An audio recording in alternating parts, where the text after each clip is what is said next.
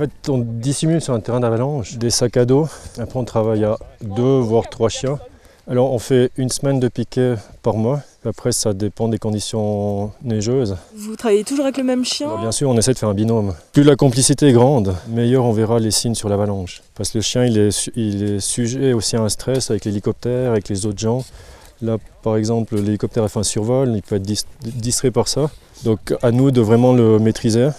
Puis à lui faire le plus de confiance possible pour qu'il y ait un grand détachement sur l'avalanche, qui nous couvre une grande surface. Et puis après avoir des signes, parce qu'il peut aller gratter une branche, un petit sapin, et puis vraiment quand il sera sur des habits, des sacs ou des personnes, il va vraiment gratter puis rester.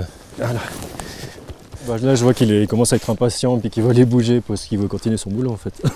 Donc les chiens qui viennent chez nous, c'est-à-dire au cours de civier, ils ont déjà une formation cynologique et puis les gens, c'est des personnes qui ont des compétences en ski. Donc on fait un test et ski et cynologie avant l'entrée. Et puis là, toute la semaine, ils seront formés pour la recherche avec leurs chiens dans la neige. On a toutes les années 4 ou 5 nouvelles recrues, sans quoi ce sont les autres qui valident leur cours. C'est pour ça qu'on arrive à peu près à une vingtaine de conducteurs. Et donc ce sont tous des bénévoles? Oui, alors on a de toutes professions. Il n'y a pas de professionnels, ça ne justifierait pas, disons, le nombre d'interventions. Et puis c'est mieux pour nous parce qu'en fait on a des bénévoles qui sont répartis d'un peu dans les vallées du Valais roman ou dans le Haut-Valais. Les gens sont beaucoup plus atteignables directement puisqu'on sait que c'est quand même la rapidité qui compte.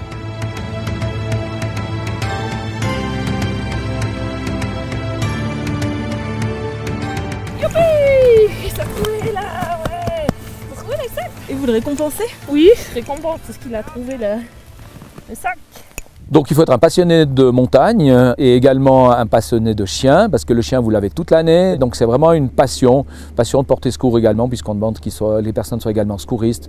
La vitesse, la compétence, l'esprit d'initiative du conducteur, ça c'est des qualités prédominantes, l'autonomie qui sont essayées d'être développées et recherchées pour un conducteur.